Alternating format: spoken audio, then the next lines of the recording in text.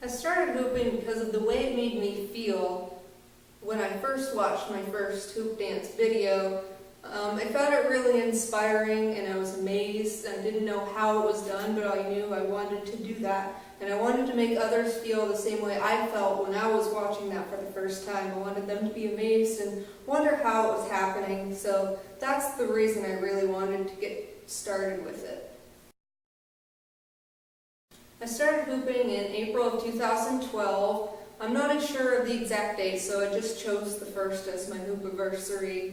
And my first hoop was a Walmart hoop, and I didn't know any other hoops existed. I thought that's pretty much the only hoops that anyone ever used. So I ended up duct taping it for extra weight, and then a friend told me that other hoops existed, so I immediately went out and bought the materials, and I started making my own. And I actually launched a hoop making business pretty much immediately, and I'm just a business-minded person apparently because it's been a business since day one. I quit making hoops after about a year and a half because I found out it's really not what I enjoyed, and I moved on to teaching and performing, and that's where I'm really happy. My favorite thing about hooping is the depression and anxiety relief I get from it. I haven't ever been happy really with my life until I found this. I finally found my purpose. I was on antidepressants from the beginning of ever being on them all the way for 10 years, and hooping is the only thing that was really able to get me off of those permanently, and I haven't even thought about going back since because my depression has been under control. It will kind of be a problem if I don't hoop for like a couple of weeks, or if I really miss it and I can't do it, then my depression will come back. But as long as I can hoop consistently as often as I feel like I want to, then my depression is really under control. Especially with the anxiety aspect, the best way to combat my anxiety is to just hoop until I'm exhausted. And that anxiety relief will actually last for up to a week. It really does magical things. It's the most powerful anti-anxiety, antidepressant thing I could imagine doing with my life. It makes me really happy. The hardest thing about hooping is probably just the pressure that I feel overall. Ever since the beginning, I just wanted to be really good. I wanted to stand out. I just wanted to be one of the best. It's just kind of who I am. When I want to do something, I want to do my best at it. And after I made it into a solid career and started accomplishing things, the pressure to always be innovating and getting better and upping my game every year has been hard. My style is more slow and graceful and dancey than the public likes to respond to. I've noticed that the public really likes the fast and flashy and super amazing things, and I don't want to abandon my style to please everyone. I know that it's not possible to please everyone, so I'm just going to do what makes me feel the best because that's just who I am, and I want my personality to be genuine, and I don't want to come off as fake or do anything that's not my style. You can tell when you watch hoopers who have the fast style, it's what they were meant to do, and that's why it catches everyone's attention. It's what they love, it's what they respond to, it's what they do best, and it's just natural for them. So it just makes the public respond just a lot better when it's genuine like that, and I want to be genuine to my style just like that.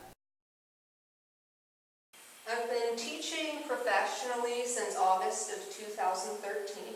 And I've been performing a little bit longer. I started that about June 2013, but it's been approximately 3 years. It didn't take me much longer than a year into hooping to really want to take it to the next level. So I've been doing that for a while, and it's the best thing I ever did. Teaching is more rewarding than I can put into words, and performing just fulfills what I've always felt I was born to do. I've always been kind of a performer. I've liked to have people praise me for things that I've done well, and I've never liked to just kind of sit on the sidelines. I love to participate in life and inspire people to do things that they may not do otherwise.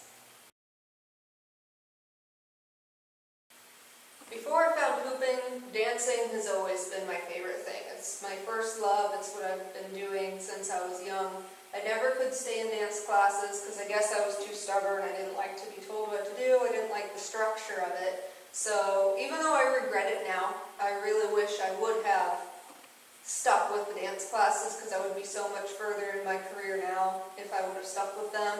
But just doing things on my own is really just who I am, and I taught myself hooping. I wanted to take classes, but there was no class near me and none that I could afford either, so I kind of enjoyed doing it on my own, and I quickly found that I really needed some hooping friends, so I started building the community right away and teaching, and I just wanted to share it with more people and do it with people often, and I really am happy when there's people to share it with and smile with and laugh with when we're practicing and getting new things for the first time. It's one of the best things ever.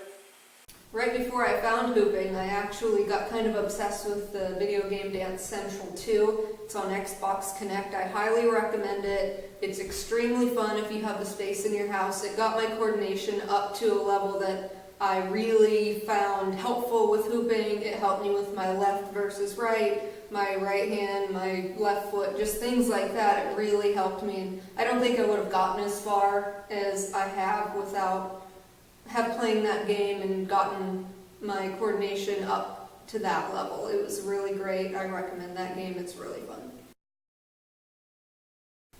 I've spent most of my time practicing at home, and I've spent a lot of my time practicing, even though I don't have a very big yard or ideal yard, I've kind of tried to make it work for me sometimes. It's a lot easier to have transitioned down to small hoops because I can fit in my house a ton better and do a lot more because they take up less space, and I can practice a lot more things with the smaller hoops. I also love to practice at my local park called Burgess Park. It's one of my happy places. They've got a nice pavilion there, and I'll go with friends or go alone and practice there a lot. They've got nice flat grassy land, and the pavilion for if you get too hot or if it starts to rain. You can actually hoop under that too. I have some videos of me hooping under that pavilion. It's pretty fun. I've also spent the majority of my time here in this studio and in the studio they had before this one. This is actually the newest one that they moved into in September, and this is amazing. It's got 3 dance floors, a medium, small, and a large, and I'm so blessed to have this. They're the nicest people I've ever met, and I don't know what I would do without this studio. It's one of the best things in my life, and I just love it. My name's Melissa Stockwell, aka TranscenDance, which is my performance name. I came up with my TranscenDance name because when I was listening to the song E.T. by Katy Perry many years ago, I heard the word transcendental for the first time. I was like, what does that word mean? It sounds beautiful. The lyrics go, this is transcendental on another level. And as soon as I found out what it meant, I knew that I had to make my performance name around that because it explains hoop dance perfectly to the T. Nothing explains it better than transcendental. It takes you beyond what life could even offer to me. And somebody suggested to include the word dance, and because I always love dancing, so with transcendental we came up with TranscenDance.